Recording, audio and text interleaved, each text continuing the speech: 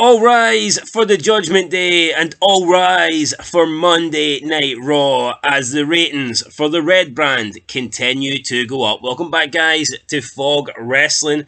And the Raw ratings, once again, are up this week, but not just up. They are, in fact, the best Raw ratings that we've seen since the Wrestlemania weekend. So, since the Raw after Wrestlemania, this August 12th is the best Raw rating we've had, which is pretty incredible considering that the Raw rating after WrestleMania did like 2.2, 2.25. Obviously, you had The Rock on that Raw. You had all the WrestleMania fallout, and then they pretty much lost 500,000 from that Raw to the next. Well, this one is the best since that Raw, coming in at 1.89 million viewers. So, yeah, it is very close to 1.9.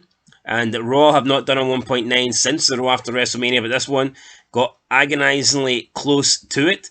Obviously, when the Olympics came on, Raw did move to the Sci-Fi channel, and there was a dip a few weeks ago. However, last week, they bounced back pretty well, despite being on the Sci-Fi channel. And then this week, back on the USA Network, Raw delivered, almost hitting the 1.9 million. So, yeah, moving in the right direction. Good to see. Raw should be aiming for 2 million, in my opinion, and they're getting closer to it. So, it's nice to see Monday Night Raw going in the right direction. Now, I didn't really enjoy this week's show. For me, it was a little bit lackluster, but I openly admit that Raw is the best show going in wrestling right now. It's not even close.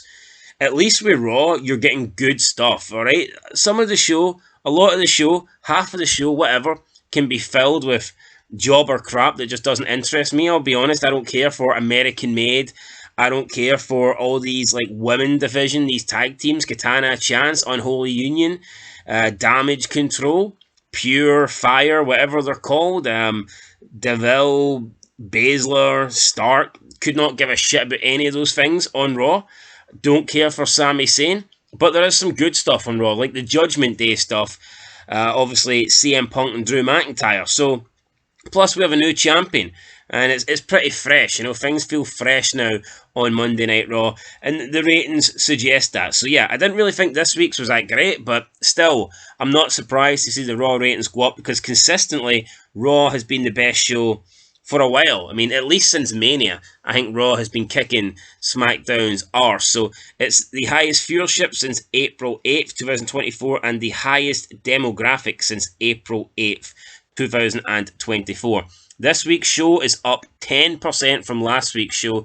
Last week did a 1.724. This week did a 1.890.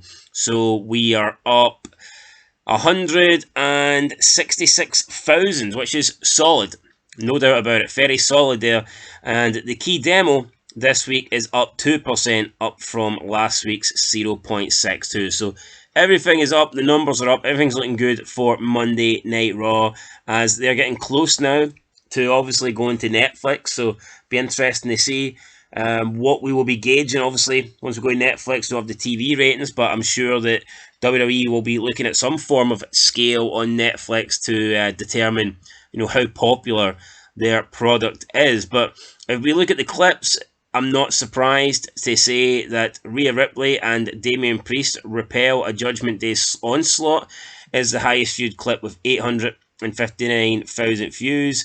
Second place, we have Randy Orton's RKO to Gunther for calling him a screw-up, 442,000 views. Third place, we have CM Punk whipping Drew McIntyre with his own belt, 424,000 views. And then we have a little bit of a dip. Karrion Kross says that Odyssey Jones is Xavier Woods' New Day replacement, 282,000 views.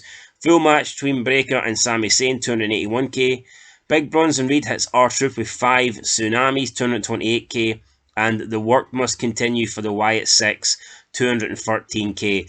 Say what you want about the Wyatt 6, man. This feud, not feud, but this like story, this group, it's been killed off. Okay, people are losing interest in it, and the numbers show that. When you look at the Wyatt 6, when they first came out, they were doing huge numbers that first week where they killed everybody. Holy crap, and rightfully so. But since then, it just hasn't been good enough. That was almost 3 months ago, and it's just been dragged out. You know, we've got these really boring promos backstage where we have Bo Dallas saying the same thing pretty much every week. We had Nikki Cross coming out and giving Michael Cole the same shitty box every single week. Then, not that long ago, we had the debut of the Wyatt Six, and honestly, man, it's just three guys that aren't great workers in the ring. So, I mean, what do we have? Three guys that are supposedly, this weird, creepy family, but they're wrestling like normal fucking wrestlers. Doesn't make any sense. So, yeah, I think the Wyatt Six is. They've fumbled it for sure. Can it be redeemed? I don't know. I just look at who's in it. It's just not an interesting faction. For me, the Wyatt Six, the Wyatt family needed Bray Wyatt. It is what it is, and I know they're trying to do this in honour of Bray, but I just think this would have a lot more chance of succeeding if Bray was there. But then again, let's be honest, we've seen Bray come up with ideas, new personas, and then he would disappear and things would like die out and they just, they would lose momentum, they would lose steam. So yeah, for me, the Wyatt Six isn't really, I mean, it might last long, who's to say? It could last for years, but I think nothing good's going to come from it. Anyway, that's it, guys. There's the numbers. Looking pretty good for Monday Night Raw. Let us know what you think down below. I'll catch you in the next one. Been Fog Wrestling. Thanks for watching, and peace.